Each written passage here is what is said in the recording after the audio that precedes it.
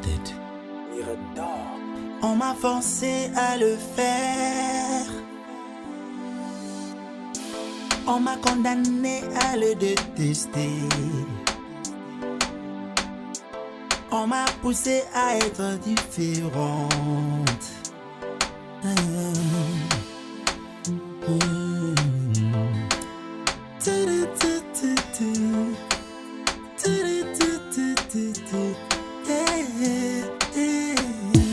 Lorsque je vois les soleils s'élever, je vois la lune. Makambo nyonso zoloba nazoyoka yo me ngai na yo touti Kinshasa. C'est là où on a beaucoup plus évolué que awa. Donc likambo nyonso kokoloba na ngai nazo obligé à kutana na ancien pour na kosolola na ye. Cher roi, oui. Permettez que tout soit la mission mibali, sans bagarre.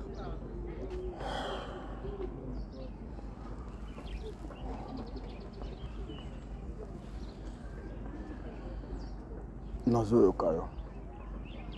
Merci. Voilà. Siko nazo sola na mobali nanga. Mon amour. Mon chéri. Je savais que okoma wana. Rock. Oui. Je voudrais Uyokanga. C'est pour le bonheur de notre fils, de notre famille. Oui, oza roi. Oza na royaume mobimba où il faut veiller nango. Mais avant tout, tu es le père de ton fils. Tu es l'époux de ton épouse que je suis. Et donc, avant opesa kimia na royaume, na village place tofandi, opesa na kimia na mwasi na yo, na mwana na yo. Ouais. Soki ndako na yo eza na kimia te, kimia oyo kopesa na royaume to na mboka ekozongisela yo kimia te. Ekozala kimia moko ekozala aberrante. Kimia ya solo okozango kaka soki ekouta na ndako na yo. Nga naza na kimia te. Naza na kimia te po sherika mwana biso aza pe na kimia te. À propos ya Naomi. Rock. Touta Kinshasa. Toyebi comment ça la marana Kinshasa. Oui, nga ozaki na chance. Okutaki nga vierge. Mais basi combien na Kinshasa babali bango? Ba perdaki ba virginité na bango. Mais bazala basi malamu.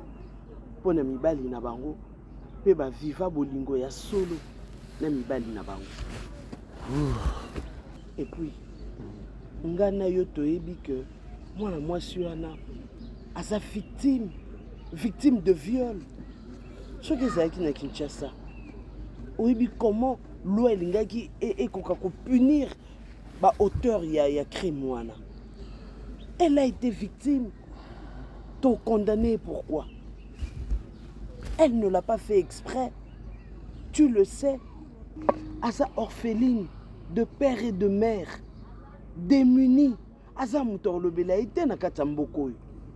Tu penses que ceux qui na bana basi bazaki na parents na bango en vie. Problème on ngei tikala ndengwana ba notable, ba ngei batika likambo wana leka. Admettons que Naomi ndazaki mwana biso et que basala ki likambo bongo. Yo papa na ye onga kyo sani soka zala mwana biso elinga kokomela ete. Ah bon? Oui. Parce que ça a pouvoir ya okengela ye partout azali, oza pouvoir à gérer mitema mabe ya batu. Soka elinga kokomela ete parce que alinga ozana bagarde na ye. Voilà, parce qu'azaki na moboti o yaye alinga ki apese protection wana. Oui. Mais cette fille n'a pas de père, n'a pas de mère. Qui peut veiller sur elle? Là maintenant j'en appelle la conscience ya roi. le roi qui est le protecteur de tous les sujets au bazana kati ya royaume na ye, y compris Naomi.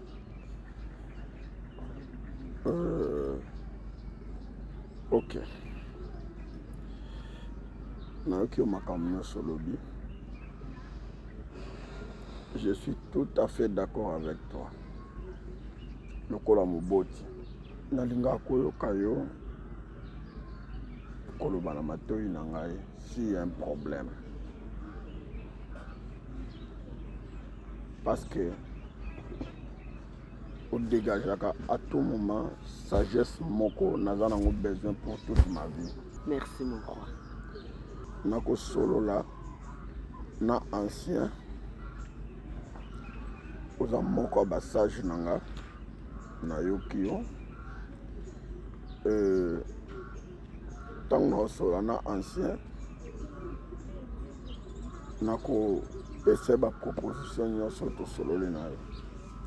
S'il faut changer, tu peux changer. Merci mon roi.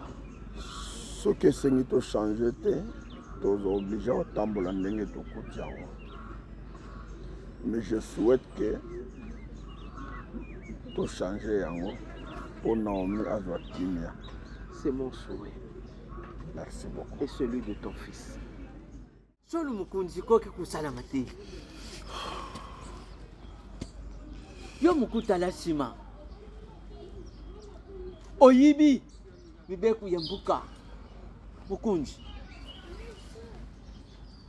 Todingi tubongula mubeku. Ngai nazali ne ningi sete. Ngai nazali ne ningi sete. Ibongu yodingu bongula.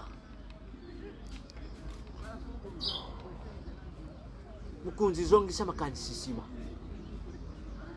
Mwana mwasi wana lukula bebi siki musekane ikusengele ne yeta azala lisusu na kati ya mbuko oyo. Solula na mama mukunzi ne iloku ya sengi yo yibisa biso sokoto koko kubongula mibeku na lulenge busengane yezali kaki lenge mwasi wana akwelena na mwane ne yo yibise ye yibike bibeku kubongwa mate bibeku ibandi na ngate bibeku ibanda wuta bakoku ye bakoku ne yo ngapene ya nazali pe mukitani solo ngana yuka pe kutika la lulenge wana solo na matisi mungongo di bosu ne ote kanzi neza kutarisi yo kilandisi ya mibeku ndengi salama. Ancien mukunzi tozo bunda bitumba oyo elongo na yo. Ibona Prince alobi mwasi na ye ou rien. Mais na makambo nyoto sololi na yo olakisinga ka kovanda te. Oui. Parce que soki totiki ye bilanga nyonso ekobanda okauka. tala makambo Nzale kokota na mboka babibwele kokufa. Isila nyamani zamba ibunga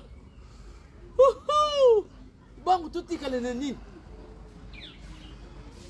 bila kiri kukita ndedi kolone yo pamba te wuta bakoku ne yo tikino ikoma na tangu ya tate ne yo iloko moko tikala kusala mate kaka na tangu ne yo Abima na mboka ilenge mwasi wana na lulenge kumuseka ne ye ibebi azadi lisusu muti ya kufana na mbuko ite azadi pene tangu te ya kufana na mbuka ya ngambu na tsulitimba kuna azadi na tangu wane tisengeli ne ya kenda soka kukende na vidi ya kenda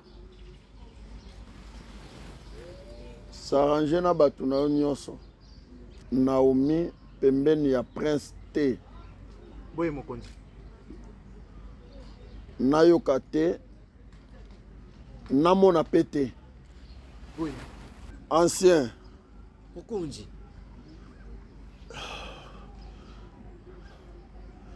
ekosalama ndenge olobi ibona nakobongola eloko te. matondi ne yo.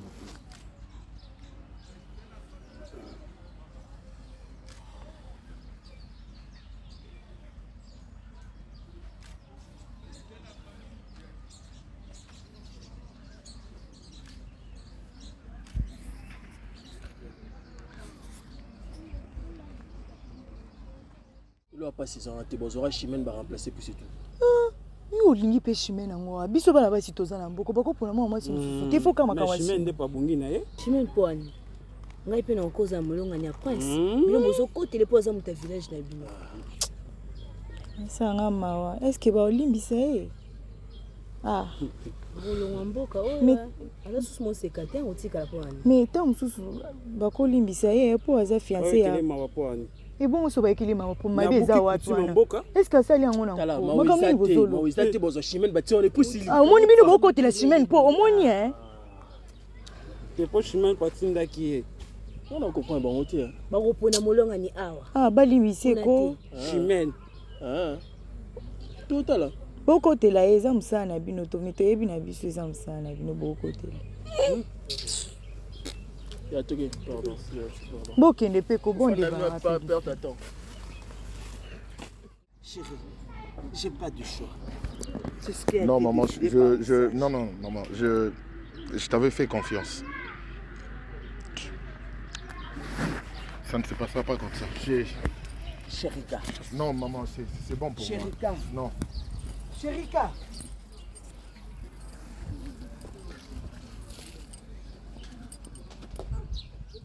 Nous allons comprendre ce qu'il faut ressentir. Personnellement, j'ai fait ce que je pouvais faire. Le roi, mon mari, a fait pareil. Mais les sages, les notables, Batikali na position na bango, il y a gardien du pouvoir. Protecteur, il y a tradition. Et dans le moment où le col à bango va se prononcer,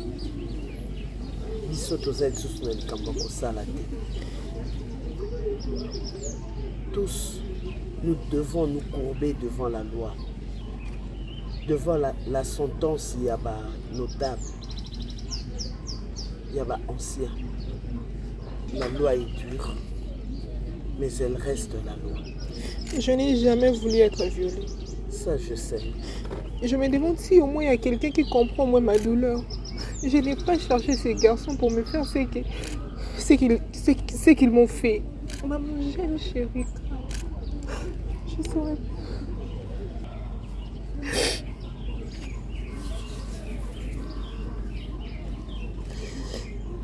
Non.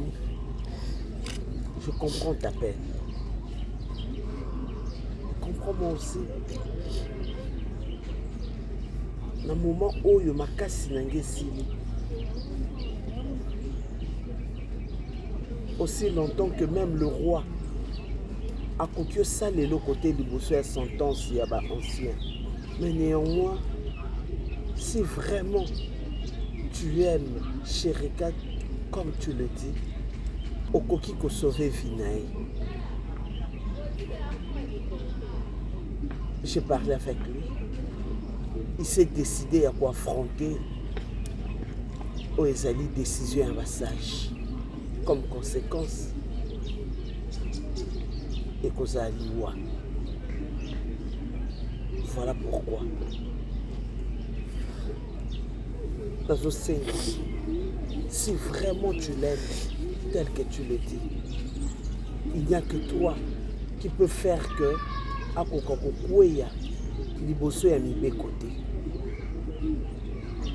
moi je te promets,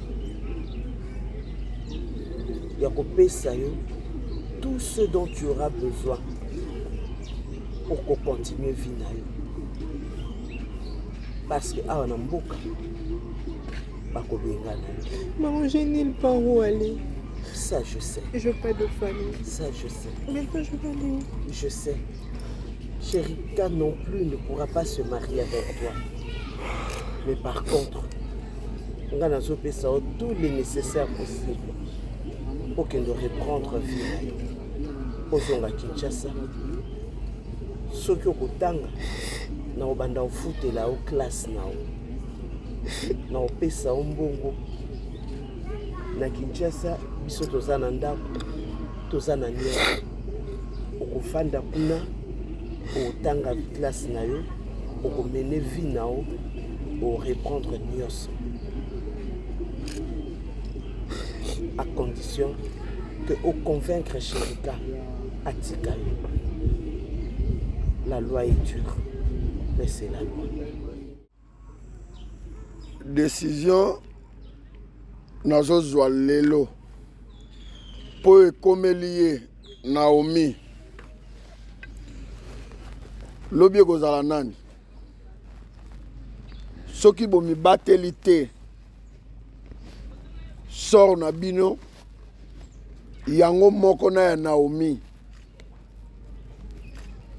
soko bimi okomonaka lisusu entreté eza aller sans retour surtout na bana basi bomibatela pour avenir na bino ezala malamu ko se laisser faire pona baposa oyo koki komema na liwa to na libungi eza na ntina te na bana mibali baninga na bino bazangi kimia bakomi kotelengana lokwa mopepa kaina kaka po batosi mibeko te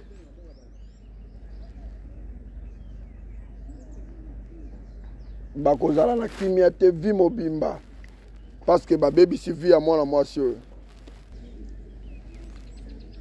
mibeko etikali mibeko naza na droit moko te ya kobakisa mpo na yo Naomi bakoakompanye yo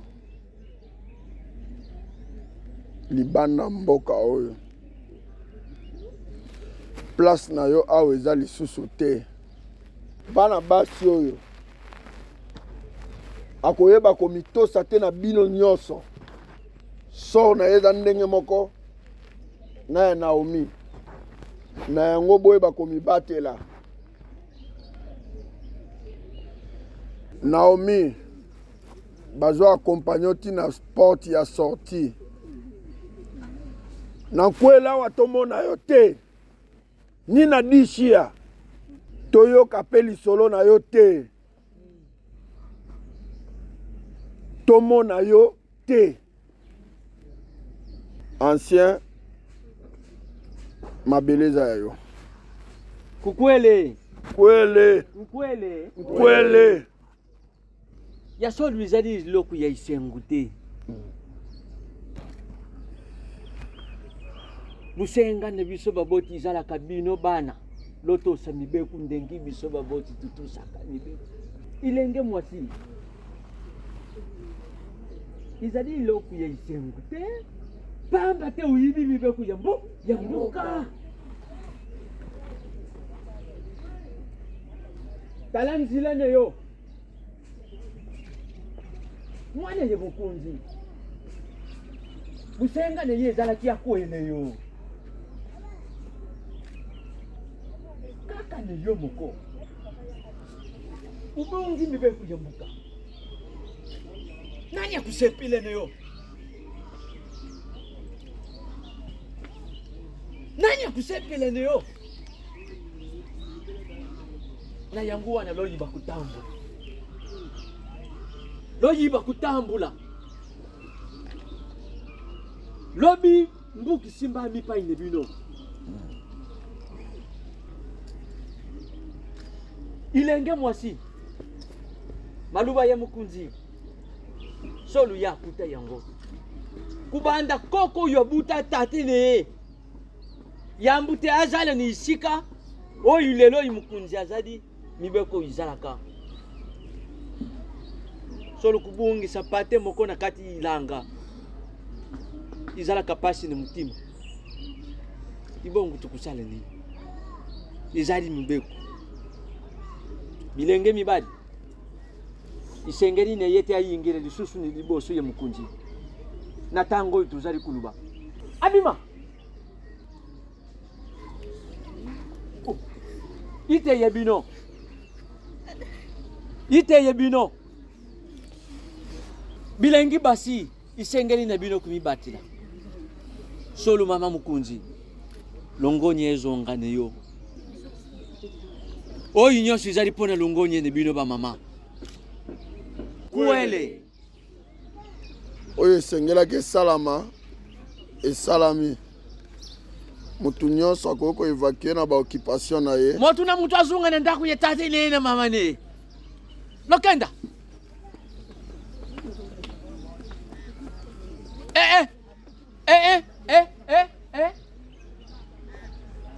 loza kutonga ngai mutu luboni lukutonga nde ngai. Chérika, s'il te plaît, parle à ton père, s'il te plaît. Tu veux que je lui dise quoi? Mais toi, moi, tu sais la vérité, Oui, je connais la vérité, mais tu veux que je te... Écoute, Naomi, ne pense pas que Ngaïmo n'a pas content et Mando. J'ai fait l'impossible. J'ai manqué de respect à mes parents pour te protéger. Et après, tu vois ce que ça a donné. Tu penses vraiment que... Moi, je sais qu'il y a un accident et puis tout ça. Moi, j'aimerais que tu restes ici avec moi. C'est comme si tu me demandais de choisir entre mon royaume et toi. Tu sais très bien que mon père est malade. Et il suffit juste qu'on a désobéi au Yokakakofi. Et tous ces villages, que c'est moi la cause. Tu penses que toi tu seras bien? Chérika, j'ai nulle part où aller. Ma chère Naomi, ce que je peux te dire, avec le peu le prince t'a donné, tu peux aller à Kinshasa te débrouiller. À Kinshasa, oui, mais je vais aller où? Chez qui? Mais Isaro, toi tu connais des gens en Kinshasa. Et il y a des autobus à côté. On fait ceci. Je te rassure, je peux te ramener à Kinshasa. Mais dans une place encore fixe à Rochayote. Mais ce que je peux faire pour toi, avec le prince t'a donné, na roki ko lukilo mo eloko monte kata malala, mo eloko mo na kwa esunga ko ata na kolia na mo biloko ya mike. Na kobanda ko ya kotala o à chaque fois. Et puis ce qu'on a un problème, na ko peso numéro na ngo okobando benganga. Hein? Sois forte. Donc ce que tu dois comprendre, tu rentres à Kinshasa avec Isaro. Isaro, s'il te plaît. Elle a quelque chose où maman Pesaki. Et tu en as, non? Ok. Donc, mon cher ami, Edengaï, Zongana Yenakim.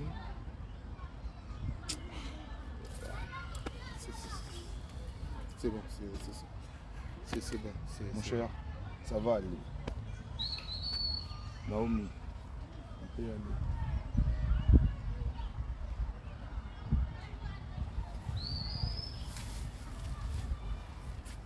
Sois fort.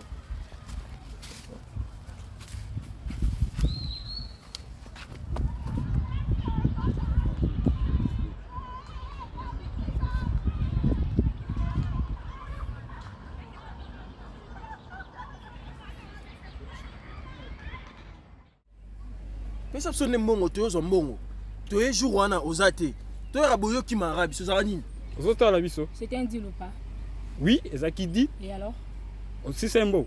Mais je vous ai dit d'attendre. Tozelate ah. Mona ba bengani hein. Mona ba bengani. Mais pourquoi il y a bengani à Zelio? Vous voulez alerter tout le monde ou quoi? Chimène. On va français na wana bon. Chimène. Je ne te permets pas. Kita. Je ne te permets pas, monsieur. Ah, ma non na français zaté. Mbongo ou pas to ebisi prince. Ah. Ouais. Ok, quoi? Quand le lobby bon. Votre point final, c'est le prince. Ouais, si vous payez si vous avez un bon hôtel, que ça prince, ni en souvenir les gars comme ça, vous payez. Bah, ben, on a yo, copé là. Non. Calmons-nous, les gars. Écoutez, je vous ai promis et je vais le réaliser. Ok, s'il vous plaît. Ma promesse, c'est l'équipe trop. Bah, va, viens l'équipe trop. Hein? Mais j'attends le transfert. Venant de Kinshasa. Vous ne comprenez pas ou quoi? Chimène. Pourquoi tu as tendance à m'appeler Chimène? Je suis plus ta princesse? Ma princesse, c'est ça, t'es. Ngaka lelo, songbon ezate. Mon kani na baluka. Prince oyoka ngo. Akoyoka ngo yo potinda bi soto violé. Ndakut na umela mukolo wana. Tu ne fais pas ça. Ah maman, tu as lango. Tu as lango si connais to balka to ke maman ou pas prince. Patientez, soyez patients les gars. Patience c'est ça t'es, parce que ça t'es ton ami. Oh, ils ont dit c'est quoi les problèmes? Na mukusa ils sont morts on fait ça lelo to. Je t'appelle demain. Bon lobé raté hein. Tu me prends du doigt? Eh, bon sangani. Na toki. On est vers mon pied. Nom de Dieu. Le but to ya tête to maman fou na o.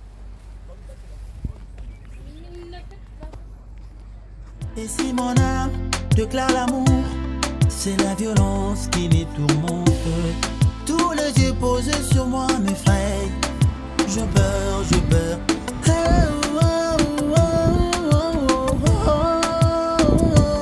C'est mon histoire. Mon cœur c'est la vie, c'est mon histoire. Je vivrai chaque jour avec ça.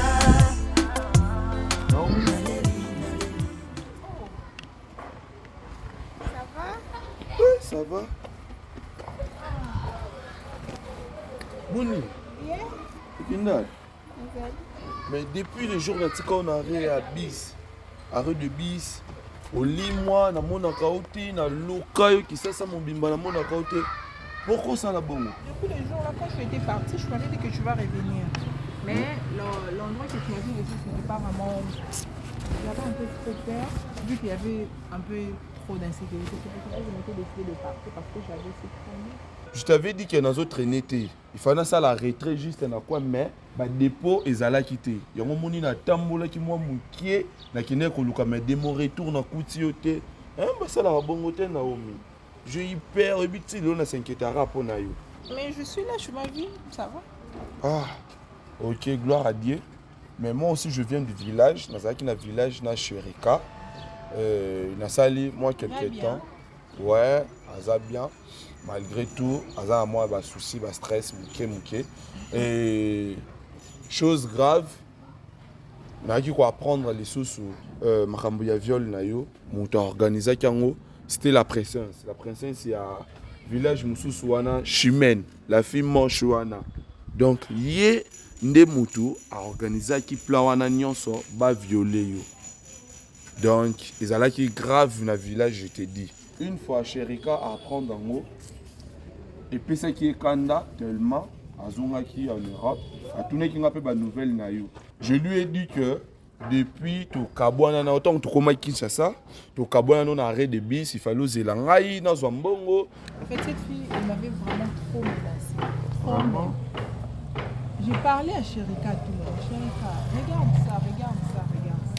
Mais on t'avait donné quelque chose pour ça, là, moi business, comme ex moi mouké, ça évolue comment avec ça? Ouais, en fait, nous sommes déjà babiloko. Ouais. Nous avons des places où on a encore bandoteka. Là où je pars solliciter en refuse. J'avais trouvé un endroit, je gardais ça. Wana au sombika ba malala, ba fruits. Malala, ba mandarine. OK. On fait ceci. Moi naza mona ba cooks naza na ngoya kosala. Je vais te donner quelque chose avec mon numéro. De temps en temps, tu peux commencer à m'appeler et puis na rolukana mon numéro.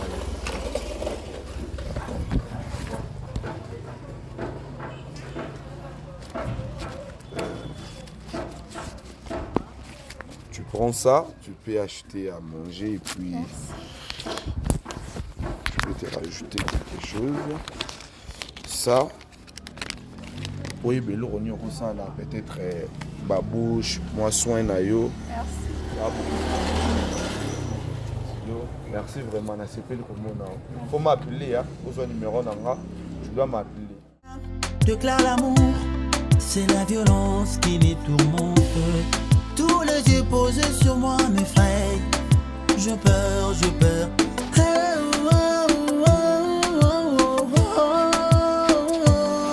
mon histoire. Mon cœur c'est la vie, c'est mon histoire.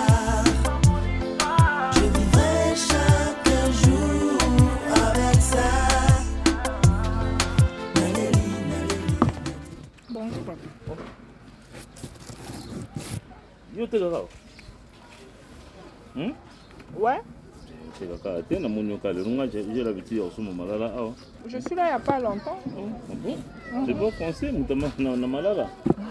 Hein? Non, moi, malala, tu parles français? Ouais. Ok, c'est beau. Mais malala, combien? 500, 300, 200.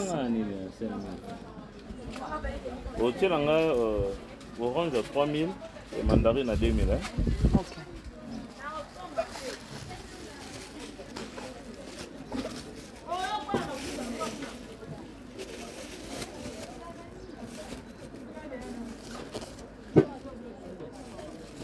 On a bien, hein? Ouais, on a pour nous bien. Là, d'habitude, nous sommes malades, orange, nous sommes yango moni, excusez-moi pour na moni ka lelo. Non, pas de problème. Vraiment. Il y a pas de meilleur client. Si je viens du travail, moi, on est établi. Oh, première fois seulement comme ça. Ok, merci beaucoup. Ah. Tiens, mon bois. Ah, mettez-y.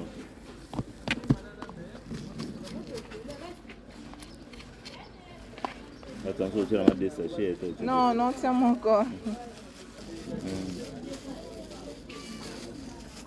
Ok, merci. Merci, papa. Je vois que aujourd'hui, meilleur client. Hein? Ok. D'accord. Allez, à plus. D'accord.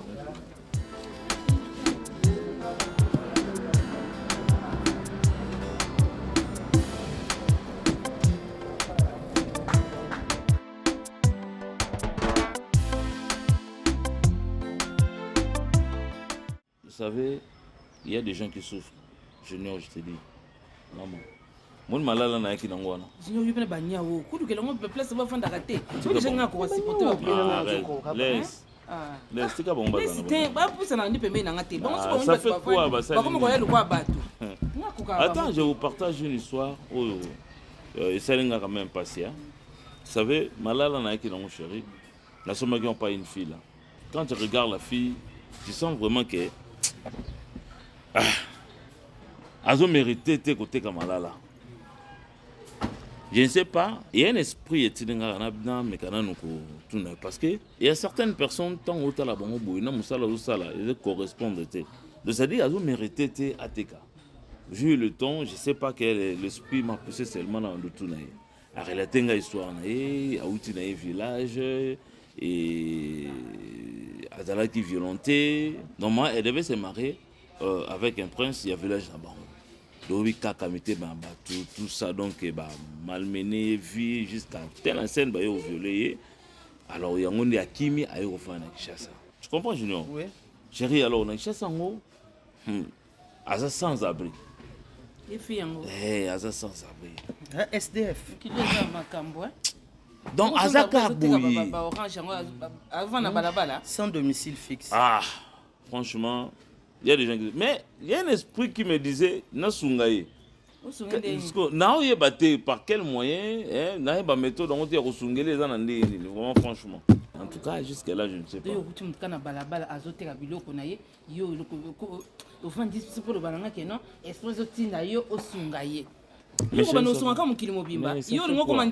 Non, c'est pas question de Nzambe. Hein? Junior, est-ce que tu comprends au moins? Oso compatir au fait na difficulté Tout à fait. Mais moi je pense que je pourrais peut-être te proposer une autre façon et on peut-être aider le quoi teka jamalala. Okoki ko support ko soutenir peut-être na commerce nae. Je vais voir jusqu'à là nga mona oye baté nani parce que l'esprit faut me pousser nga dans oye bati na aider nani. Hein? Puisqu'elle est sans Dieu a aidé ngai, seul Dieu a aidé nga kaka na ba. C'est ça, l'église. Donc, raison aussi, chérie, il y a un moment où partager avant, il y a un monsieur qui engagé dans le monde. Papa, il y a bien tu vas où? Au lobby, tu es au télémi. Tu es na nyonso, tu vas où?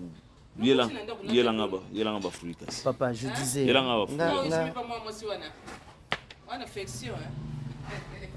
Regarde ça.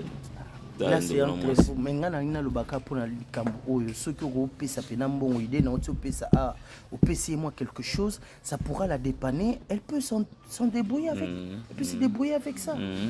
Ah ouais. Tu as raison. Tu as raison. Le regard du salon. Donc, j'ai pas compris. Ça m'a la tout m'a vraiment les bélés. Mais pourquoi elle seulement aujourd'hui qui est celle qui est la fin d'abouiller. Donc, au retourner ma question, on sentit que je perds.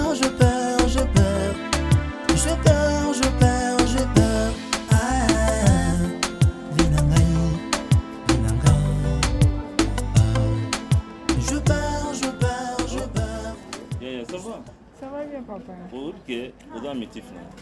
Vous avez essayé de rouler à la mandarine ces 2 jours. Qu'est-ce qui se passe? Nino, pourquoi qui? Tolimbo Lambad. Non, même pas. Parce que non, en fait, c'est un peu compliqué. J'avais eu des problèmes ici avec la dame de la parcelle pour payer l'espace. Ok. Ouais, j'avais pas. Tu payes, c'est pas chez vous ici? Non. Oh, c'est vrai ça? Ah, maintenant, toi, tu habites où? Excusez-moi de te tutoyer. J'habite partout. Ouais. Comment ça? Oui, parce que j'habite partout. Tu habites partout comment? C'est pas une bonne réponse. En fait, je veux pas un endroit fixe de rester. Tu n'as pas un endroit fixe? Ouais. Ah bon? Tu n'as pas un endroit fixe? Ouais. Dis-moi que c'est faux. Tu blagues ou quoi? Excusez-moi, on t'appelle comment? Naomi. Ah, tu n'as pas un endroit fixe. Tu es sérieuse? Parle-moi un peu, s'il te plaît. Elle est un peu compliquée, mon histoire. Pardon? Elle est un peu compliquée. Je ne sais pas si tu vas avoir le temps vraiment pour m'expliquer. Elle est compliquée? Très compliquée. Compliquée comment? Ah. Bah, explique-moi, c'est pas ça. Mon histoire, vraiment. Je l'ai dit. Imagine que même mes parents n'ont pas bien. Mais mes parents n'ont pas pour. Mais là, je ne t'ai pas encore ici.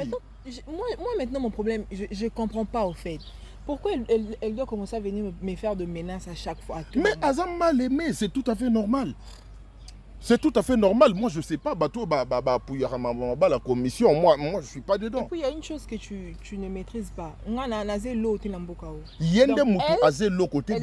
est la princesse. Donc, elle peut me faire du mal. C'est ce qu'elle t'a dit? Elle m'a menacé, oui. Elle m'a menacé. Elle m'a dit que non, si je continue, il y a beaucoup de donc, je dois préserver ma vie. Bon, wow. Ok. Donc, c'est arrivé là. Écoute, laisse-moi gérer ça. Laisse-moi gérer ça. Fais-moi confiance. Je ne vois même pas pourquoi je dois parler avec elle. Je ne sais pas si je suis... Ce qui est je parlerai avec elle, mais je ne veux même pas parce qu'il suffit juste de te solaner pendant quelques secondes pour épaisser lueur à espoir. C'est toi que j'aime. Le col à Bango va se prononcer.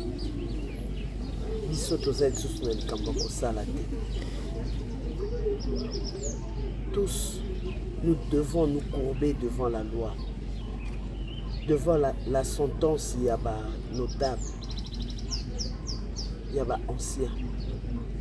La loi est dure, mais elle reste la loi. Je n'ai jamais voulu être violée. Ça, je sais. Je me demande si au moins il y a quelqu'un qui comprend moi ma douleur. Je n'ai pas cherché ces garçons pour me faire ce qu'ils m'ont fait.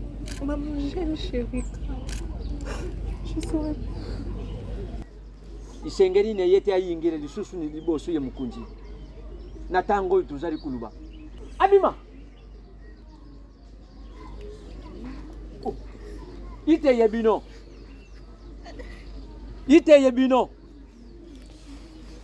Et si mon âme déclare l'amour, c'est la violence qui les tourmente. Qu'est-ce qui te dérange? Pour Balobi n'a pas que non, je suis passé par là. Mais non, quel problème? Franchement, on a comme un problème. Mais il y a quel problème? A changé quartier.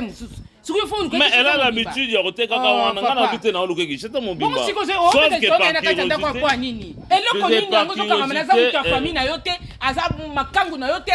Mais pourquoi tu cries? Mais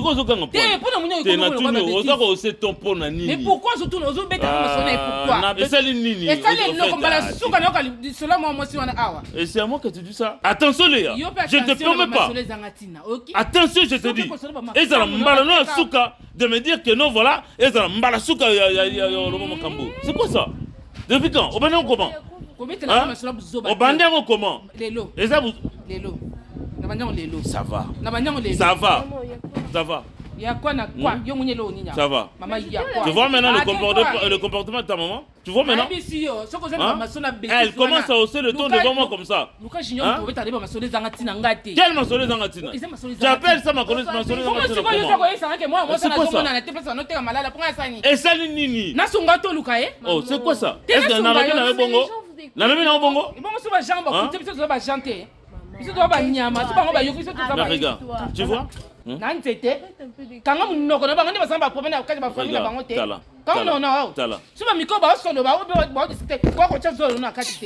moi, je vais corriger parce que là, se comporter ma belle.